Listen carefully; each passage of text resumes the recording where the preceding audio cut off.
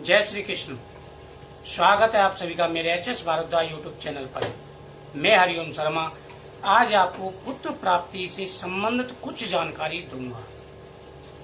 पुत्र प्राप्ति के लिए क्या शुक्ल पक्ष का होना जरूरी है? ऐसी कौन कौन सी चीजें हैं जिनका आपको ध्यान रखना है, और अगर इन बातों का आप ध्यान रखते हैं तो भगवान की कृपा से आपको पुत्र की ही प्राप्ति होगी।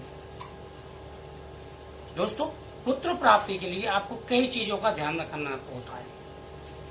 सबसे पहले, अगर आपकी कन्या है, एक दो कन्या हो चुकी हैं और आप पुत्र चाहते हैं, तो इन बातों का ध्यान रखें। वैसे इस वीडियो के माध्यम से मैं किसी भी लिंग का भेदभाव नहीं करता, क्योंकि पुत्र और पुत्री में कोई भेद नहीं है। आज के समय में जो काम पुत्र कर रहे हैं वही तरक्की पुत्रियां भी कर रही हैं। लेकिन वंश वृद्धि के लिए जो शास्त्र में नियम बताए, भगवान ने हमारे ऊपर कुछ दायित्व दिए जिसकी पूर्ति करना जरूरी है। पितृ ऋण, ऋषि ऋण और देव ऋण, ये तीन ऋण होते हैं इंसान के ऊपर। जब तक इंसान इनकी पूर्ति नहीं करता, इंसान का जीवन व्यर्थ होता है और उसको मुक्ति नहीं मिलती।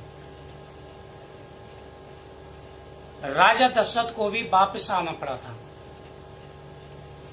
पांडु को भी वापस आना पड़ा था। पांडु की मृत्यु हो चुकी थी, लेकिन उसको वापस आना पड़ा था क्योंकि तब तक उसके कोई पुत्र नहीं था। तो पुत्र की आवश्यकता होती है और वंश वृद्धि के लिए पुत्र होना जरूरी है। आपको कुछ बातों का ध्यान रखना होगा। जिनकी भी 3 बेटियां हो चुकी हैं, उनको टेंशन करने की जरूरत नहीं है, उनके चौथे पुत्र की ही प्राप्ति होगी। जिनकी 1 बेटी है या 2 बेटी हो चुकी हैं और जो पुत्र प्राप्ति के लिए कामना कर रहे हैं, तो वह बृहस्पतिवार की पूजा शुरू कर दें। वीरवार की पूजा और भगवान शिव जी की पूजा से पुत्र की मनोकामना पूरी होती है। पुत्र प्राप्ति के लिए क्या शुक्ल पक्ष का होना जरूरी है, क्या कृष्ण पक्ष होना जरूरी है? प्राचीन मान्यता के हिसाब से लोग पहले समय शुक्ल पक्ष को बड़ा महत्व देते थे, क्योंकि शुक्ल पक्ष में हमारे सभी शुभ कार्य किए जाते हैं। कोई भी शुभ कार्य ले लो आप, चाहे गृह प्रवेश का हो, या कोई व्यापार शुरू कर रहे हो, या कोई बहाना आदि ला रहे हो, कोई भी आप पूजा पाठ कराते हैं तो आप विचार करते हैं कि शुक्ल पक्ष है क्या नहीं है। ये मान्यता पहले से चले आई है, लेकिन पुत्र प्राप्ति में ऐसी कोई बात नहीं। पुत्र प्राप्ति के लिए चाहे कृष्ण पक्ष हो चाहे शुक्ल पक्ष, दोनों का समान प्रभाव होता है। मैंने कई ऐसे केस देखे हैं जिनमें कृष्ण पक्ष में कंसीव करने से पुत्र की प्राप्ति हुई है। मेन आपको कुछ बातों का ध्यान रखना होता है। सबसे पहला जो ध्यान रखना है वो रखना होता है समतिथि और समदिन का। सबसे मेन जो बात होती है यही होती है।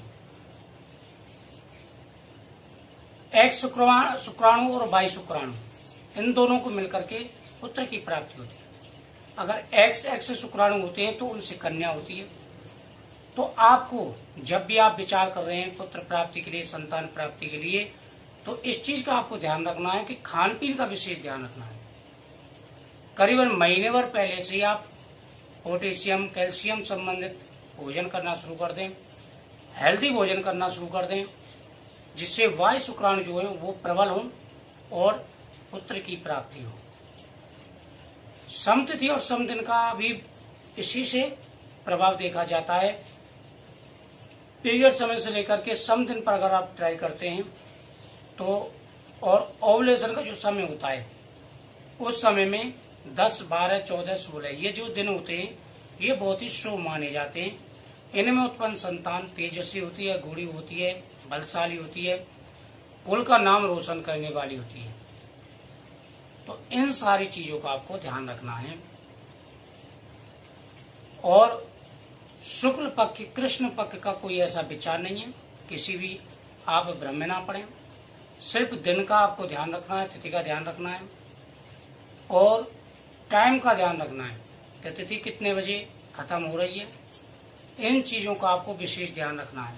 अगर इन चीजों का आप ध्यान रखेंगे तो आने वाले समय में आपको खुशी ही मिलेगी और आपकी मनोकामना पूरी होगी। तो मुझे उम्मीद है आपको ये जानकारी अच्छी लगी होगी। तो वीडियो को लाइक शेयर जरूर करें, चैनल को सब्सक्राइब जरूर करें। जय श्री कृष्णा।